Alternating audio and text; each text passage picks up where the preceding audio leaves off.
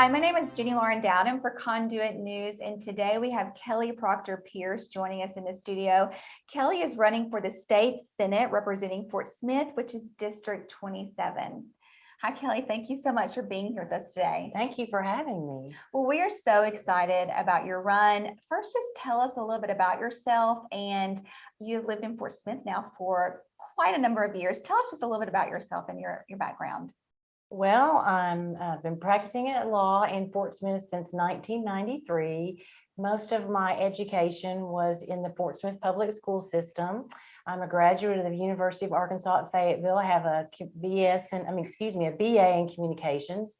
I have a law degree from the University of Arkansas at Fayetteville, and I actually have a master's from the University of Arkansas at Fayetteville. So go Hogs! Right, I'm a graduate of Fayetteville as well. So tell us about your background. You said that you have your own practice there in Fort Smith. Yes, ma'am. Talk to us about that, as well as you have also been very involved in civic organizations. Talk to us about that. Yes, ma'am. Well, I graduated high school in 1982. And so as a young and up and coming adult, I was a fan of Ronald Reagan. And at the university, I was a young Republican. And then I went to Little Rock and worked at the Arkansas Court of Appeals and the Attorney General's office. And so, of course, right there on, where the Capitol is, and was motivated to get involved and stay involved. And I have been with the Sebastian County Republican Party. I functioned as a Sebastian County Republican Women Secretary. I am currently serving as the 3rd Congressional District Secretary Treasurer. And I'm currently serving as the state committee woman for the Sebastian County Republican Party. And now I'm running for State District 27 out of— Well, which is exciting. Talk to us about that and what really propelled you to decide to jump in this race. Well, I was approached by some people who were dissatisfied with the way the Republican Party, and I myself have been dissatisfied with the way the Republican Party seems to have veered off the path of true conservatism, veered off the path of our party and platform principles. And I began to closely look at the legislative history of some of our local legislators and was stunned. I was upset. I thought, these people call themselves Republicans. They call themselves conservative. This is not consistent with what I see and what my friends and neighbors view as Republican or conservative. So, in your opinion, what does it look like to get back on track? You said that we have veered away from the platform and principles. How do we get back on track? Well, we fight for individual rights and for liberties. We fight for freedom for people. I mean, this country is founded on the concept of freedom. We don't give up our freedom for safety, for security, for the greater good. No, that is why we're Americans, because we want to be free, and we expect our legislators to look after us. We're busy working. We're taking our kids to soccer games. We're taking care of our elderly parents. We trust them. And when they tell us they're going to go down there and be conservative, we expect that we can rely on them to do that. And when they don't, well, the system doesn't work. A lot of people, I think right now, are really waking up to what you said. Some of our candidates or legislators have veered off the path. They'll say one thing, but then when they actually push the button, it does not, those two things don't align.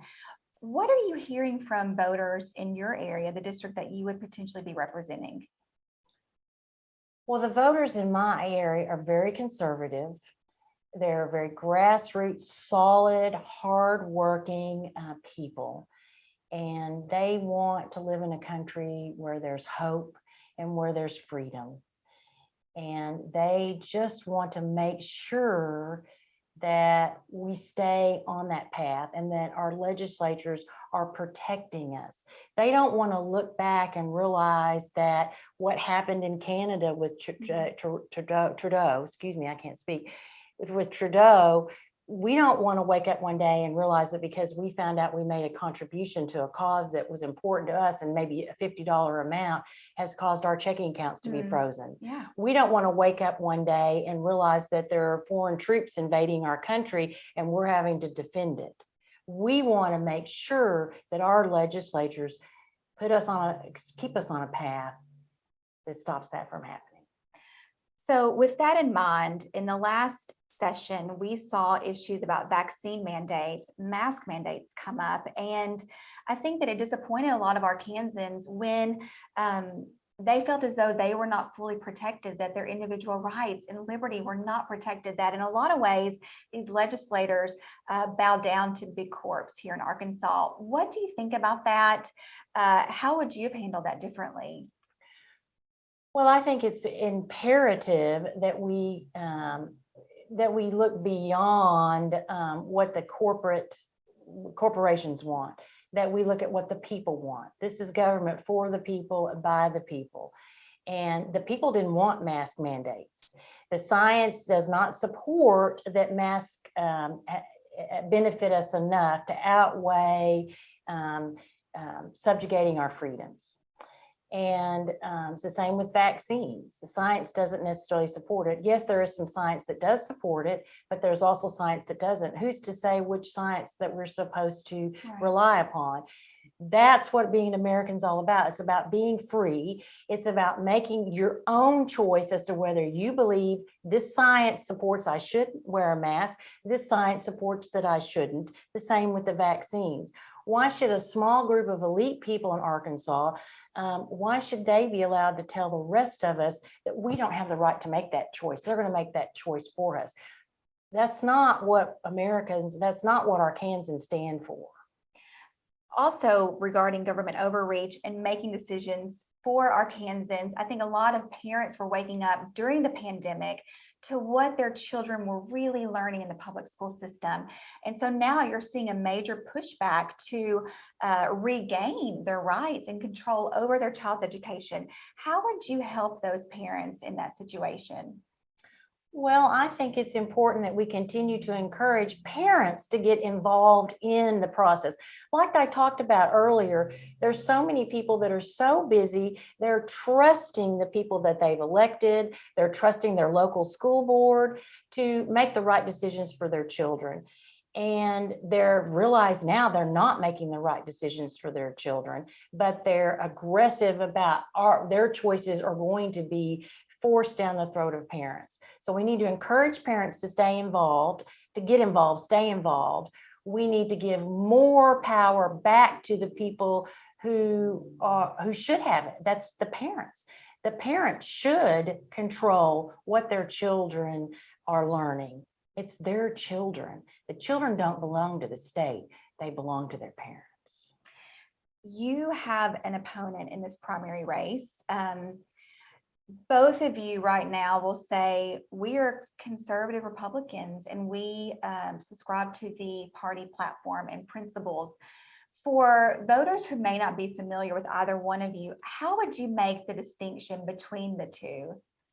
Well, I'd start with one of the most disturbing things that I did in my research, and is that my opponent sponsored a bill under the guise of voter integrity. And right now, the environment in our country, in Arkansas, is that people are concerned that there may be voter fraud. And so they want to they're mandating or demanding of their legislators that they do something to prevent any potential voter fraud in this next election. And people are concerned about it. They're talking about it on a daily basis. But my opponent put forth and sponsored a bill that would have made voter fraud easier. It provided for a person to sign up electronically to vote, register to vote. There would not be any wet signature. There would be no notary. It would be almost impossible to show if that person was a really a live person or they just signed up on the computer. And so that's not voter integrity. And it would have also amended the Arkansas Constitution. And I don't think that's what I believe. I know that's not what the Arkansas people would have wanted.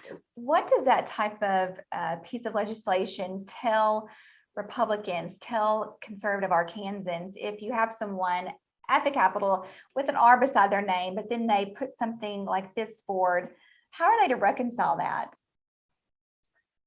Well, I don't think you can. I don't think that that's consistent at all with Republican, the platform, or with the Republican ideals and values. I don't think you can. And my opponent is also, I'm not sure there's a single vote that he's, that's come up on a taxation issue that he hasn't voted yes for. I mean, that's not consistent with a conservative Republican. What would you want voters to know about you? I think one of the most important things I'd want them to know is that I'm doing this for them, that I work for them, that I answer to them. And they have to trust me, and trust has to be earned. I think that after this interview, a lot of people will be very impressed with you. They'll want to know how to get in touch with you, your campaign. What do they need to do? All right, I have a website. It's www.kellyproctorpierce.net, and my personal cell phone number is 479-629-4227. And I invite anyone to call me, to email me, to come to my office in Fort Smith to visit with me, because they need to get to know me. Because if I am elected, I'm going to be their representative. They need to have accessibility to me. They need to know how to get hold of me. They need to know where my office is, and they need to feel comfortable that they can come and talk to me and talk these issues over with me and know that I am truly representing their interests. Is there anything else you'd like to add that we haven't covered? Oh goodness, we definitely don't have enough time. That's okay. You can come back. Well, thank you so Thank you much so for much. joining us today.